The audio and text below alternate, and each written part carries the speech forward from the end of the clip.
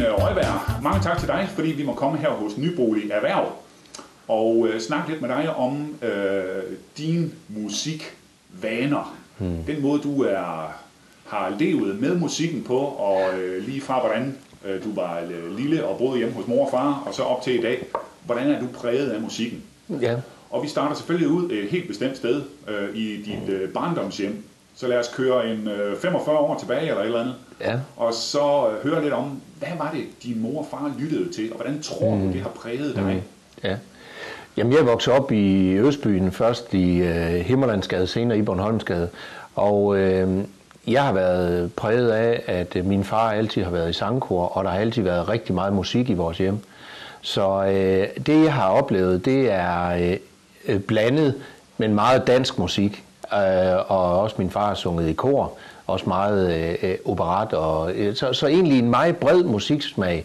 Jeg har også en far, som kan spille mundharp, guitar, harmonika, så har en far, som stadig lever, og som er meget, meget musikalsk orienteret, og det har præget mig. Det kunne tyde sådan. Ja. Hvad så, hvad var kutymer hos jer? Lyttede I klassisk musik på radioen, eller var det 413, 413, Jørgen Hjorting, Danstoppen? Hvad har I ligesom dyrket hjemme hos jer sådan? Jamen, vi er jo helt tilbage til spolebåndoptageren, og far her var medlem af en bånd-amatørklub, og vi hørte jo meget musik den vej rundt. Så hørte vi jo på de gamle vinylplader, og så hørte vi også Giro 413. Og så var der også meget sang derhjemme. Altså ved mange lejligheder kom der mange i vores hjem, og min far rykkede tit guitaren ned af væggen, og på den måde har vi sunget meget. Og det er selvfølgelig kopimusik af de originale, men det giver jo også en bredere musikforståelse. Og i og med, at du sidder i byrådet i Aalborg og er venstremand, så det er jo ikke sådan de socialistiske slagsange, I har sunget hjemme hos jer. Hvad kan det være for noget, når han tog guitaren frem? Af frygt for, at min far han bliver lidt knotten nu her, så er jeg jo vokset op i socialdemokratisk hjem, og min far har altid været medlem af Centrum, og jeg er vokset op i en arbejderfamilie. Og så det var jo hans store fortrydelse, da sønnen han lige pludselig trådte over til venstre. Så jeg har absolut også hørt arbejdersangene. Ja, det er hyggeligt. Hvis vi så går lidt frem, hvornår vil du mene, at du sådan begynder at selv at få en transistor, eller ud og købe et kassettebånd, eller en LP-plade? Hvornår er det, du begynder ligesom at tage hånd om din egen musikinteresse? Jeg er nok lige omkring en 11-12 år, hvor jeg får en rejsegrammofon sammen med min lillebror inde på værelset, og jeg får en meget brugt spolebåndoptager, og der begynder vi at stifte bekendtskab med noget af det første. Vi ligger også om aftenen og lidt sent og hører Radio Luxembourg og hører de der hit, der prægede der. Fordi der var jo en kontrast imellem forældre og børn. Det var ikke lige det, vi hørte, ligesom det er i dag, som forældrene synes, der var det mest spændende. Men det startede sådan i det små på den måde inde på værelset, som jeg delte med min lillebror Kim. Kan du huske, hvad var det for nogle numre? Kunne du engelsk dengang og alt sådan noget? Kunne du forstå teksten? Hvad var det for nogle grupper eller numre, I hørte? Ja, men jo, kunne forstå engelsk, og det var jo mere rytmerne, og så lyttede man også til teksten. Men altså, vi er jo tilbage, hvor vi begynder at høre Beatles, vi begynder at høre Rolling Stones,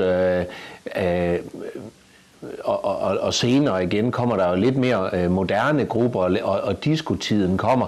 Men i starten er det jo den basale rock omkring Beatles, som man lyttede til.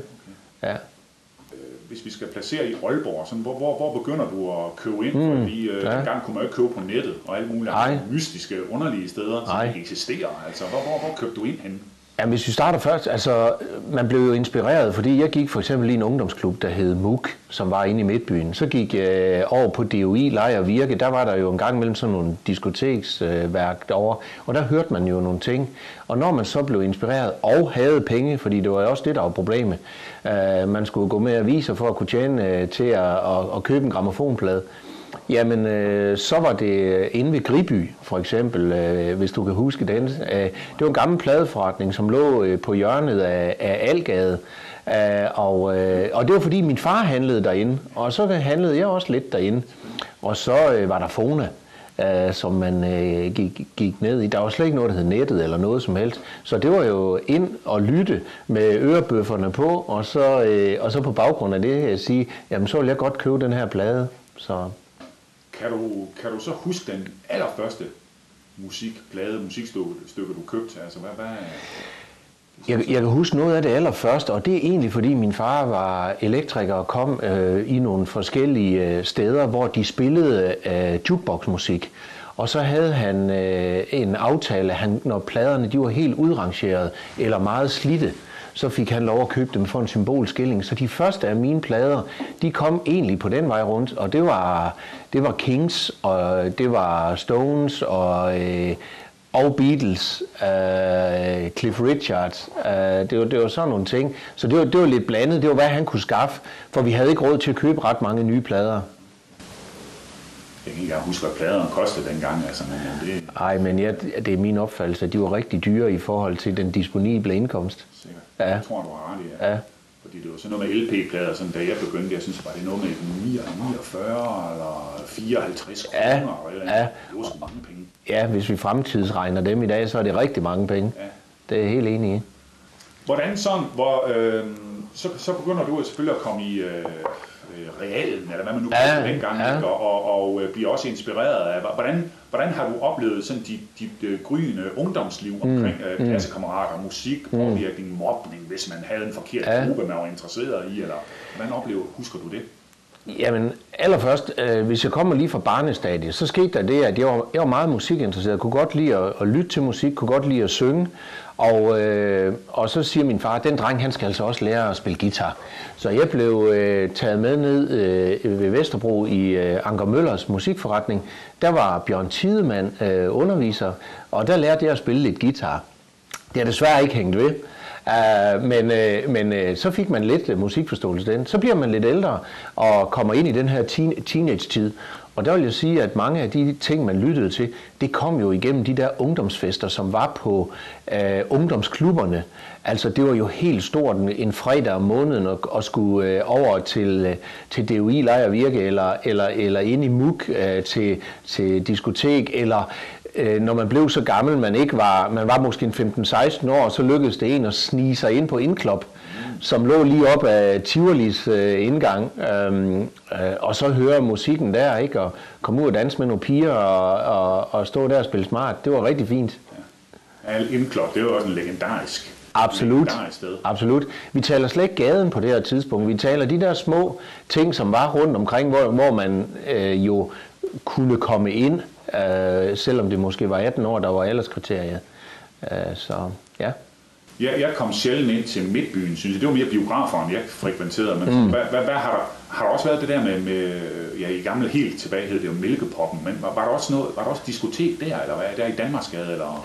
Jamen det var der jo, og jeg læser ret meget Aalborg-historie, og byen interesserer mig meget, så det var der jo også Mælkepop, som jo startede, og der har nogle af de store navne jo faktisk spillet ned. Der er lige udgivet en bog omkring Gran, som fortæller lidt om alle de ting, som foregik dernede. Så, men det var ikke lige min tid. Der var jeg ikke, altså jeg var ikke blevet stor nok på det tidspunkt. Det er vi lidt for unge til, trods alt. Ja, trods alt. Det er dejligt, der er noget, vi er for unge til.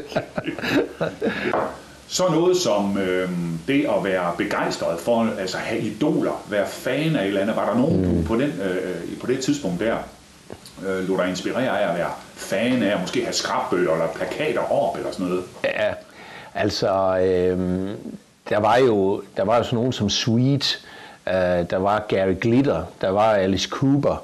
Altså hvis vi tager i det tidlige stadie, ikke? Og så når vi kom lidt længere frem, så blev man jo fuldstændig væltet, da ABBA kom med deres første.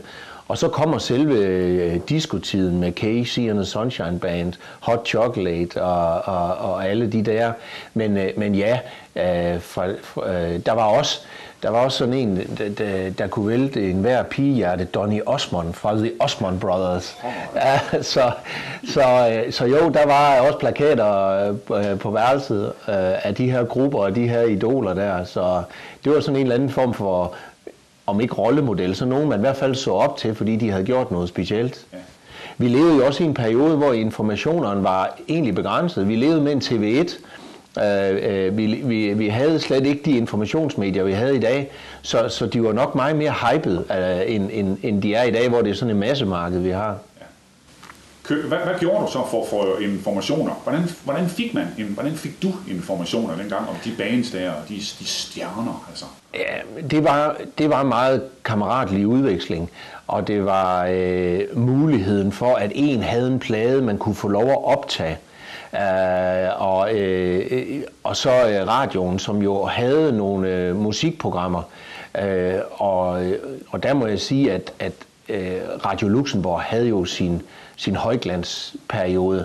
Det var der, kunne man lige få stillet ind. Der var lidt skratten undervejs, men kunne man lige få stillet ind på Radio Luxembourg, så kunne man ligge og høre den til 2-3 om natten. Så det var nok der, man hentede de fleste informationer fra. Der var jo også musikblade. Hvad pokker hed de? Jeg kan huske, at jeg købte tyske. Ja. Hed det Bravo, eller sådan et eller andet? Og var det Vi Unge? Var det ikke noget, der hed det? Jo, der var bladet Vi Unge, og der var nogle ungdomsblade her i Aalborg, eller sprang ud af Asger Strøms periode der. Og det var ungdomsblade, som man absolut lappede i sig, fordi de havde lige det ene segment, altså de her unge mennesker, og henvende sig til dem. Så det var nogle rigtig, rigtig gode blade at have fat i. Det var ligegyldigt med mors far, se og høre, og så billedbladet. Nej, kunne vi få fat i Vi Unge, så var vi en del af kulturen. Og så kommer man på gymnasiet. Jeg kom op på Aalborghus Gymnasium.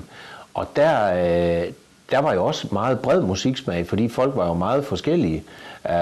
Jeg vil godt indrømme, at jeg er en diskodreng og tilhører den side, men der var jo også nogen, som var over i den tunge rock, og det fortæller lidt om den variation, der var i musikken på det tidspunkt. Jeg har lidt plader med vinylplader, som egentlig fortæller bredden i den periode. Altså, du kan tage Abbas Voulez-Vous, du kan tage Eagles, som jeg stadig, som jeg stadigvæk er stor fan af i dag. Jamen, så nogen som Doobie Brothers, det er jo ikke disco, men det er jo lyttemusik. Vi havde Bachman Turn Overdrive, som jo var dengang heavy metal. Kanadensisk, ja. Sådan absolut. Det er tungt i det, ja. Ja, men dem kunne vi altså også gå ud og hoppe til, ikke? Ja. Og så havde vi den langtidsholdbare Joe Cocker, With a Little Help from My Friends. Og så Suzi Quatro. Det var jo en af dem, der hang på værelset derhjemme i hendes små læderbukser. Ja. Og hun er jo stadig aktiv, Suzi Quatro. Der er jo mange af dem der stadigvæk tager rundt. Jeg følger stadigvæk Eagles rundt omkring. Jeg har været til koncert med dem i England 2 gange, i Danmark, i Berlin, i Tyskland. Og tager i det hele taget meget rundt og hører de gamle. Skal ned 3. februar og høre Chris Rea i Hamburg. Holder ved nogle af de der gamle gutter der. Hvad er så det, hvis vi nu tager Eagles, hvad er så det i den musik? Hvad har de, hvis du spørger dig selv, mærker i dig selv, hvad er det så, du ligesom kommer i erindring om, eller får gang i følelsesmæssigt, når du tænker Eagles, der gør, at du vil følge dem nærmest over alt i Europa? Det er jo tit med musik sådan, at nogen de laver døgnfluer. Eagles, de er hamrende dygtige vokaler, de er dygtige til at spille. Altså hvis man skal lave en parallel, så kan man tage sådan noget som Queen, som slog benene væk under os, som var jo også meget symfonisk musik, som vi kan blive ved med at høre i dag. Mine børn hører det. Mine børn hører også Eagles i dag. Eagles har lavet nogle klassikere, som ligesom nogle af Beatles-numrene i min optik vil blive spillet forever. Så det er jo mere at høre de gamle. Så nogle gange, så Eagles, der bliver genforenet med Hell Freezes Over, jamen så knækker de igen nogle helt fantastiske hit. Så der er bare nogle mennesker, som kan blive ved kontinuerligt og være dygtige. Vi ser tit sådan nogle kunstnere, som er langtidsholdbare. Elton John, som et eksempel. Altså folk, som har 30-40 år i karriere, og stadigvæk kan blive ved med at knække hit. Det er fantastisk. Det er det. Er de specielle på en eller anden måde? Har du gjort dig nogle tanker over det? Hvor fanden kan det lige være, at de kan? Altså, Elton John, en gammel bøsse, det må man jo godt sige.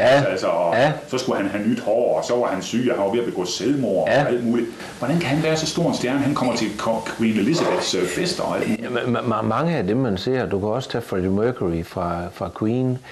nogle af dem, de er geniale på deres felt, og det vil jeg sige, de her de er. Så har de måske nogle sider af deres personality, som er specielle. Jeg var i Parken og hører Paul McCartney. Jamen, han kommer ind på et tidspunkt efter pausen, ene mand med en ukulele, bare den ene mand, og vi er 40.000 inde i Parken. Han sagt, at vi alle sammen skulle gå til højre, så har vi gjort det. Altså at have den karisma at nå den sidste stol allerbagerst i Parken og have fat i folk, det er nogle ganske få, der kan. Sidste år var jeg ude og høre Sting ude i Aalborghallen.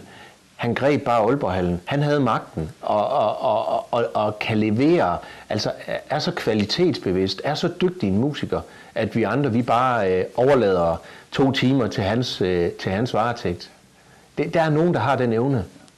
Det er det stof, det stjerner er lavet af. Enig. Man siger. Ja. Det har du ret, Lars. Hvordan har du haft det med danske bands eller stjerner, solister? Ja, altså, jeg er for ung til Peter Belli, men der kom jo ufattelig mange dygtige bands. Hvis vi tager fra Aalborg af, så var jeg meget, meget fan af Mark Kinleys, og tog rundt og hørte Mark Kinleys tue på Skalpavillonen ude i Nibe, og på et tidspunkt var jeg også medejer af Væk og Kro, hvor vi arrangerede sådan nogle bands. Så dansk musik, ja, det fylder meget, og meget af, da vi tager, diskotiden, Dodo and the Dodos, udødelige, Tom Lennager tilbage ud og høre dem i Tivoli Karolinelund, hvor de optrådte. Så dansk musik har altid været utrolig stærk. Og da vi før snakkede om de her individualister, du tager sådan en som Kim Larsen. Jamen, jeg har stået på nogle af ungdomsklubberne i Aalborg og hørt Kim Larsen. Lang hår, totalt tjallet, og så spille rabalderstræde. Men han kan altså stadigvæk blive ved her 30 år efter og knække det ene gode hit, ørehænger efter den anden. Han er langtidsholdbar. Sådan er der altså nogle mennesker, der kan det der.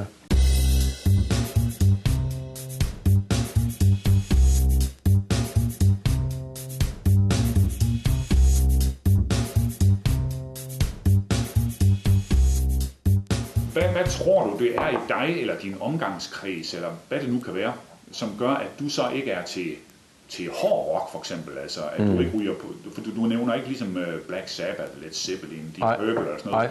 Var det noget, du ligesom følte, at der kunne du ikke rigtig hente noget, eller hvad, synes du? Det er en side, jeg ikke sådan lige fandt voldsom sympati for, men der er jo nogle ørehængere også hos Deep Purple og Black Sabbath, som jeg kan lide, men det er jo ikke deres album, som ligger direkte under hovedpuden. Der skete så også det, at i 76, da jeg blev 18, der startede jeg med at arbejde inde på Gaslight, som jeg så senere blev medejer af, og det var jo disco. Og det prægede jo yderligere en at arbejde på et diskotek og få den musik tidlig og sent. Så, men den absolut helt tunge rock, den har aldrig sagt mig voldsomt. Og det gør den heller ikke i dag på...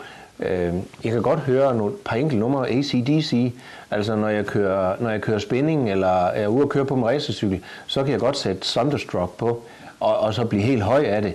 Men det er kun nogle enkelte numre, som hitter. Så ham der Johnny Rotten og punk rock, det er heller ikke lige været sagen? Ej, de blæser lige forbi mig. Det gør de. Det er nok en diskodreng, hvad det angår. Ja, det er også udmærket, sikkert. Ja, men det kunne godt være, at vi skulle lidt ind på det, Sten. Der er jo tusindvis af aalborgensere, der har forlystet sig på Gaslight og Tordenskjold. Kan du prøve at fortælle ligesom dit involvering i det? Jamen, det kan du tro. Altså, der skete det, at man skulle jo tjene en skilling, mens man gik på gymnasiet og senere på universitetet. Jeg arbejdede så om sommeren op på Peter Bådsmand op i Løkken, og hele vinter- og forårssæsonen, der arbejdede jeg inde på Gaslight inde hos Jørgen Steffensen. Og dengang var Jomfru Ane Gade ikke så udbygget, som den var i dag.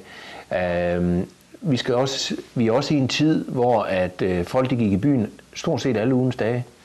Det var soldater, tjene kokkeskole og almindelige aalborgenser, og det var fordi vi havde TV1, og så havde vi lige fået Betamax video, og så havde vi ikke ret meget mere at byde på. Men Da jeg var færdig, eller skulle til at være færdig med min HA, så spurgte Jørgen Steffensen, om jeg var interesseret i at købe mig ind i Gaslight sammen med hans søn Torben Steffensen, som jeg så udmærket kendte på det tidspunkt. Og jeg var kun 24, og man skal være 25 for at få spiritusbevilling. Så jeg havde heller ikke penge til at købe, men via en god kautionist, så hoppede jeg ind i det, og tog ikke min kantmærk. Og der gik en del af ens liv på det. Så det, kort fortalt, så købte vi Gaslight. Vi byggede noget, der hed Sunrise, eller sådan en bar, der lå overfor. Så købte vi Tordenskjold for ligesom at sidde på diskoteksmarkedet. Og da diskoteksmarkedet så blev uaktuelt, så byggede vi den om til et viceværtshus, der hed Fru Jensen, som mange aalborgensere i hvert fald kender. Og så lavede vi Herford Beef Stew, og en kort periode havde jeg også Væk og Kro med. Så lige pludselig så var man i restaurationsbranchen tidligere sent. Så efter, og derfor, det var jo musik og musik og musik. Både levende musik og den traditionelle diskoteksmusik, og også med kunstnere med playback, som har været på diskotekerne. Så det har været sådan en 7-8 rigtig, rigtig gode og spændende år af mit liv. Men på et tidspunkt, der sad restaurationsbranchen bare helt op i halsen. Og så skulle jeg lave noget andet, som jeg nu har lavet i 25 år. Hvordan har du taget det til dig som en ung mand? Altså, var det også med de højskaftede sko og skjorter, åbenstående skjorter, og altså Travolta-stilen og alt det der? Kan du fortælle lidt om det? Det er jo sket, når man kigger sekvenser fra den gang, så synes man jo, at det var det eneste rigtige, og i dag der kan vi sidde og kigge lidt på og synes, det er lidt bøv. Men for lige at ligesom at sige, hvad stilen den var, for mændene, det var de lidt høje støvler, det var kassebukser, med stor svejf for neden. Håret, det stod, og det må gerne være stort. Det var Travolta-stilen, åbenstående skjort, glimmer og så videre. Det var stilen på det tidspunkt. Pigerne med det store hår. Brillerne var også store for dem, der brugte briller på det tidspunkt. Kæmpe stel og så videre. Og så var der jo gang i den hele ugen. Om mandagen havde vi åbent. Tirsdagen, det var dameaften. Onsdag, det var pop før aften. Torsdag, der trillede vi terninger, eller havde modeshow, eller havde gæstedisjockey. Og fredag og lørdag kørte af sig selv. Så der var egentlig kun søndag, der var lukket. Der var fuld gang i diskoteksbranchen alle ugens dage. Dermed ikke sagt, at der nede i Jomfru-Ane-Gade ikke var noget for andre. Der var Jazz hos Louis, der var Pusterummet. Men på diskosiden, der var der Gaslight og Tordenskjold. Det var der, man kom. Så var der nogle små diskoteker andre steder. Rio Bravo havde et, der hed Funny Cat på et tidspunkt. Der var Siam Nightclub, og senere blev Ambassadør bygget om og var en kraftig konkurrent til os i en periode, mens vi ejede Tordenskjold. Men det var diskoteksbranchen, det var der de mange, de kom, det var der de mødtes, og det er der mange mænd, koner og ægteskaber, de er stiftet dernede i dag. Så. Min første kone, der kan du se. Det var da Gaslight. Ja. Vi fandt ud af, at vi har en fælles bekendt, Allan Kor, som jeg jo gik i klasse med på Aalborghus. Ja. Har du været med til at måske hyre ham på et tidspunkt? Nej, han var inde lidt tidligere end mig, men jeg har kontakter med mange af de gamle discjockeyer. Nu er der jo noget i dag, der hedder Facebook og så videre, hvor man kan finde hinanden. Men mange af de gamle discjockeyer, dørmænd og så videre, har jeg stadigvæk kontakt til. Og for en 8-10 år siden lavede jeg sammen med et par andre, Morten Larsen, blandt andet lavede jeg sådan noget Tordenskjold Revival. Og jeg ved, der er nogen, der stadig tager det op i påsken, hvor at vi gamle gråhårede, vi mødes og mindes dengang, og de gamle discjockeyer, de kommer og spiller ren disco fra den tid. Og så må jeg også sige, at mange af de der disco-numre, de bliver jo relanceret i dag. Altså de bliver udsat for en computer med lidt ekstra beat på, og så bliver relanceret i dag. Så musikstilen har jo bevist, at den kan overleve på den lange bane. Men jeg har kontakt til nogle af de gamle i dag, som har været der, fordi det var jo også en del af deres ungdom og deres liv. Allan Feldt, som senere lavede Aquador, Heinrich Glenn, mange af de der discjockey, jamen, de spiller stadigvæk i dag fra tid til anden, altså hygger sig med det. Så det er rigtig fint. Yes. Ja. Der var ABBA, men der var Casey and the Sunshine Band, der var Hot Chocolate, det var mange, og så var der mange døgnflue disco-numre, altså hvor at vedkommende så godt ud, havde 1 til 2 numre, udgav et album, og så var man væk igen. Jimmy Bohorn, der var rigtig mange af de der enkeltstående navne. Der var ikke så mange af dem, der var langtidsholdbare. Boney M. Ja, det tyske band der. Hvor man jo siden har prøvet at analysere, om de, og mange mener, at de overhovedet ikke sang, men alene mimede så godt ud og var gode til at danse. Og så dukkede der jo op i International Melodi Grand Prix, i alle de år der, var der jo en masse diskonavne, som dukkede op og blev døgnfluer for en periode. Så der kom jo egentlig hits sådan, hvad skal vi sige, en gang om måneden, var der egentlig nogle nye ørehængere, som folk kunne lide. Så var der også nostalgi, altså både på Gaslight Tordenskjold havde vi decideret pop før aften, hvor at discjockeyen udelukkende gik 10 og 20 år tilbage. Så pigtrådsmusik, eller hvad kunne det være? Lige nøjagtigt, hvor folk de kom og hørte den gamle musik, altså hvor kom den fra, og også fordi, at man havde lyst til det, altså det ikke skulle være for moderne. Sådan er det jo sikkert også i dag, at vi sidder og hører på noget af det lidt mere gamle, ikke også? Ja. Så. Der skal være lidt retro over det også. Der må godt være lidt retro over det, ja, lige nøjagtigt. Og så husker jeg det sådan, at lige pludselig, der var selvfølgelig arbejde, og du siger Boney M og alle de der, men jeg kan da huske, at jeg fik et chok, da jeg var inde og se, hvad hedder han, diskodrengen, ikke også? Altså Travolta og Saturday Night Fever. Den blev spændende væk under. Og så det musik med Bee Gees, det var da absolut fuldstændig for vildt. Altså. Ja, det var jo kombination af god musik, og så var det John Travolta, som så jo hammer godt ud for pigerne, ikke? Og en ny trend, og man kunne danse. Og vi havde jo danseaftener inde på Gaslight, hvor folk de dansede, ligesom man gjorde i Saturday Night Fever. Og filmen Grease, som jo er en film, der kun er optaget på 3-4 dage, og man egentlig havde et rullende program, mens man lavede Grease, er jo også blevet en klassiker, der spiller den dag i dag, ikke også? Den John Travolta-tid, det var nok peaket på diskotiden. Og Bee Gees peakede på diskotiden. Jeg har været så heldig at høre Bee Gees i Las Vegas, mens de stadigvæk var en del medlemmer. Nu er der kun et par stykker tilbage. De er desværre faldet fra af både kræft og selvmord og så videre, men der er stadigvæk et par gode gutter tilbage, og jeg har også et par DVD'er med nogle af deres gamle koncerter. Det er langtidsholdbar musik. Ja, fordi de spillede noget helt andet musik, da de begyndte at komme frem i 60'erne og sådan noget. Det må man sige. Og så lige pludselig, wow, i den film der, det musik der. Ja, de lagde jo op til, altså skrev simpelthen musikken til filmen. Og så fordi de er så dygtige, så skrev de jo nogle hits ud over enhver grænse. Ja.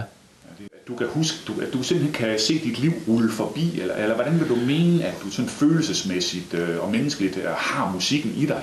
Jeg synes, musikken har gjort 2 ting med mig.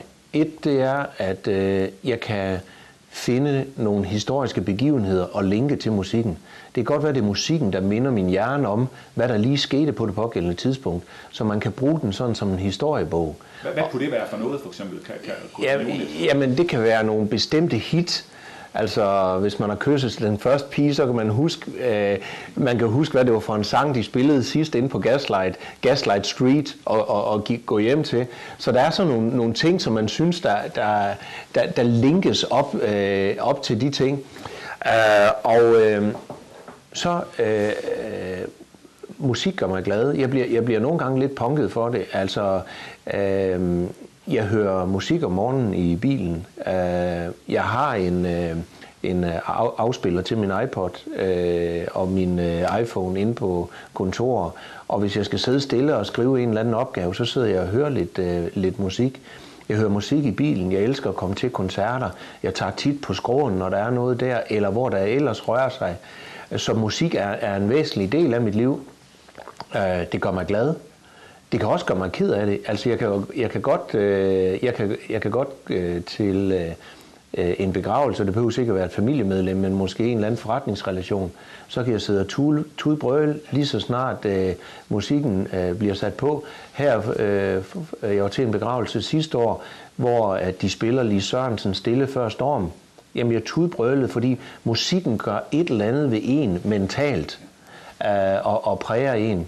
Og det, jeg ved godt, det er forskelligt fra person til person, men hos mig, der fylder den utrolig meget.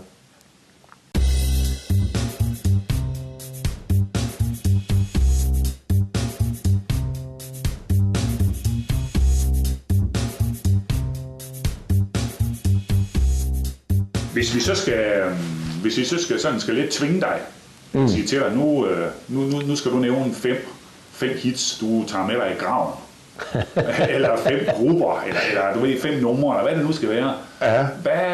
Så er du nødt til lige at huske lidt tilbage, og så lige ud med noget, og ind med noget andet. Ja, den er hård. Nå. Den er hård, men... Ja. Nu starter vi baglands. Ja. Hvad er min ringetone på min mobiltelefon hver år fra midten af november til 31.12.? Det er Chris Rea, Driving Home for Christmas. Det er en klassiker, og det er en af dem. En anden kunne være Hotel California med Eagles. Det er Let It Be med Beatles. Det er... nu begynder det at blive svært, for nu skal jeg til at selektere.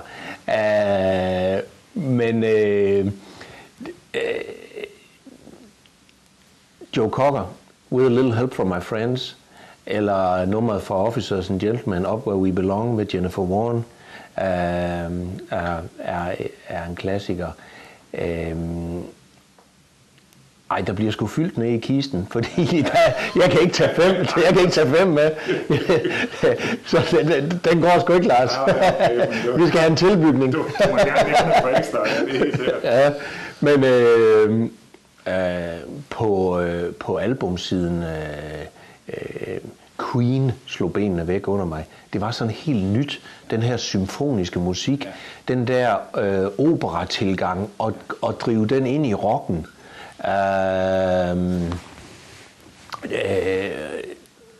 Der er nogle album, som på den måde betyder meget for en. Så Meat Loaf, Bad Out of Hell, også de her specielle ting, som de kan. Og sådan har jeg lidt med Chris Rea også. Altså, han kan godt jazze lidt, han kan bluese lidt. Noget, der er kommet til mig senere på baggrund af min musikforståelse, det er blues. Okay. Jeg hører en del blues. Jeg har været 2 gange har jeg været nede og opleve B.B. King for 2 år siden i Sønderborg. Og hører en del blues, og går også både på huset og på skråen og hører blues. Den her svedige rytme, den der lidt rockede der, de der guitar-soloer, det er det sagde jeg. Ja. Men der er også sådan lidt, jeg vil ikke kalde det primitivt, men det er på en eller anden måde i kontakt med noget helt gammelt eller noget originalt på en eller anden måde. Ja, det er. Starten på en eller anden måde på det. Altså at se B.B. King på 82 år komme ind på scenen, få sin gamle guitar Lucille i hånden, og så liver han bare op og sidder og jammer der med de der folk der, som han kunne være bedstefar til. Jamen, det er stærkt. Ja. Der er noget uragtigt over det. Det er du helt ret i, Lars. Ja. Vi har glemt at nævne sådan en som Clapton. Hvad det hedder, Clapton har jo også lavet nogle Wonderful Tonight. Du spurgte, hvad det relation. Jamen, da jeg mødte min nuværende kone, Wonderful Tonight forbinder os på en eller anden måde. Og Clapton og B.B. King har lavet album sammen. Der er også B.B. Kings, da han bliver 80 her for et par år siden, der hedder 80, hvor alle de kendte musikere lige får et enkelt nummer sammen med ham. Fantastisk musik. Det er så... Jo, jeg tror, nu mere musik man lytter til, nu bredere bliver man i sin musikforståelse, nu mere har man lyst til. Jeg er ikke kommet til opera endnu, det må jeg sige, men det kan godt være, det er operetten, det kan godt være, det rammer en. Nej, jeg er mere til det basale, gode gamle, som vi sidder og taler om her. Så klassisk musik, det er heller ikke lige det fik du heller ikke fra dine forældre, eller hvad? Nej, det gjorde jeg ikke. Jeg fik den glade Rachel Rasteni og Gustav Winkler og de der... og så min fars kammerat, en country-sanger, der hedder Leif Kjærstein. Altså, hvordan man også fik siden af country. Der er faktisk også meget godt over i country-siden, uden der skal gå line dance i. Altså, der er meget god country-musik også. Så ja.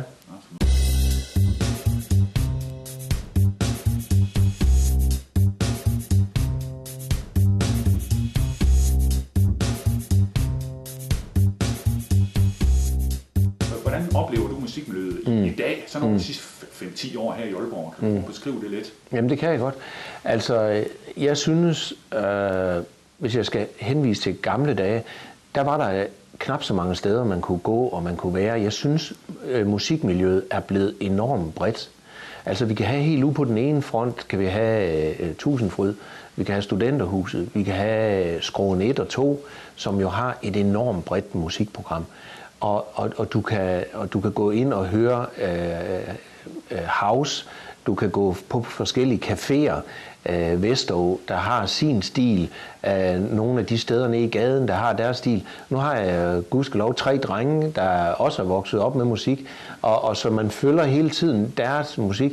Og jeg må sige, det har aldrig været bredere, end det er i øjeblikket.